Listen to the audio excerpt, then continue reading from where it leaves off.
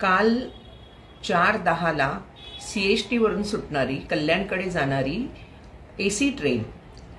Double fast ट्रेनमध्ये ही घटना घडलेली आहे। घाटकोपर स्टेशन आल्यानंतर AC ट्रेनचे जेव्हा दरवाजे उघडले, काही प्रवासी खाली उतरले आणि काही चढले,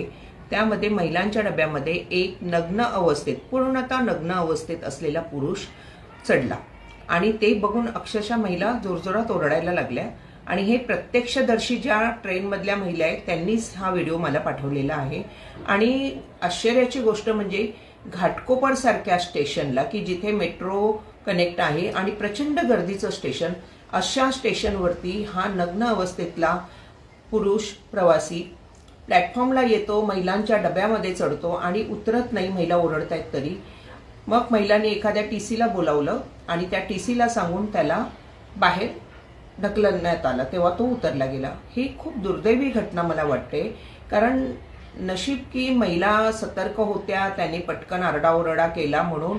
आणि त्यांनी त्या TCला बोलावलं म्हणून त्याला उतरवलं। जर असंच घटना एखाद्या वेळेला, ज्या वेळेला ट्रेनमध्ये गर्दी नसते, अशा वेळेला ACचे दरवाजे बंद झाले असते आणि त्या महिलांच्या डब्यात तो पुरतो, किती मोठी दुर्दैवी घटना घडण्याची शक्यता नाकारता येत नाही।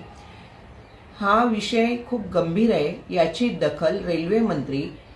संबंधित रेल्वे प्रशासन आणि राज्य शासनाने घ्यायला पाहिजे, कारण आज महिलांची सुरक्षितता हा प्रश्न पुन्हा ऐरणीवर आलेला आहे आणि हे घटना जी आहे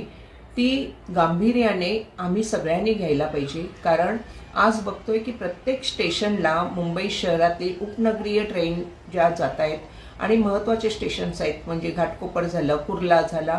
दादर, डोंबिवली, ठाणे, कल्याण, इथे प्रचंड गर्दी वाढली आहे, महिलांची संख्या वाढली आहे। आज तिथे बरेचदा स्टेशनवर RPF GRP दिसत नाही, तर ती कमतरता जर असेल, संख्याबळ जर कमी असतील